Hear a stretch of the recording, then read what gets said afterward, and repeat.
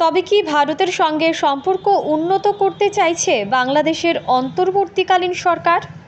তবে কি চালু হতে পারে ত্রিপুরা থেকে বাংলাদেশ হয়ে কলকাতা রেল যোগাযোগের ব্যবস্থা? এসব প্রশ্ন ঘুরপাক খাচ্ছে জনমনে। ভারতে নিযুক্ত বাংলাদেশের হাই কমিশনার জনাব এম রিয়াদ হামিদুল্লাহর ভ্রমণ সূচিতে নিশ্চিন্তপুরের স্টেশন পরিদর্শন কর্মসূচিতে এমনটাই মনে হচ্ছে। ভারতে নিযুক্ত বাংলাদেশের হাই কমিশনার জনাব এম রিয়াজ হামিদুল্লাহর শুক্রবার 4 দিনের রাজ্য সফরে এলেন।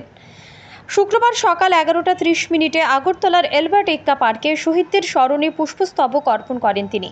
পরবর্তীতে 12:30 নাগাদ তিনি যান আগরতলাস্থিত বাংলাদেশ সহকারী হাই কমিশন পরিদর্শনে। পরবর্তীতে আজ আগরতলা আইসিপি পরিদর্শন সহ মুখ্যমন্ত্রীর সঙ্গে সাক্ষাতের কর্মসূচি রয়েছে তার।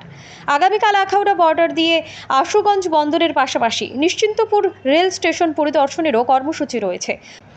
পাশাপাশি আগামী 3রা আগস্ট সাবরুম আইসিপি মৈত্রী সেতু পরিদর্শন করার কথা রয়েছে। অন্যদিকে রাজ্যের রাজ্যপালের সঙ্গে নৈশভোজের কর্মসূচিও রয়েছে তার। যদিও এই সম্পর্কে বিস্তারিত তথ্য এখনও জানা যায়নি, তবে স্বাধীনতা দিবসের প্রাক্কালে বাংলাদেশের ভারতে নিযুক্ত বাংলাদেশের হাই কমিশনার জনাব এম রিয়াজ হামিদুল্লাহর ত্রিপুরা পরিদর্শন মূলত তারই ইঙ্গিত দিচ্ছে বলে মনে করা হচ্ছে।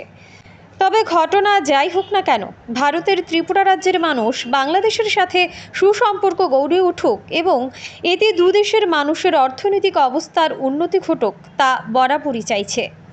Bureau report, digital Tripura.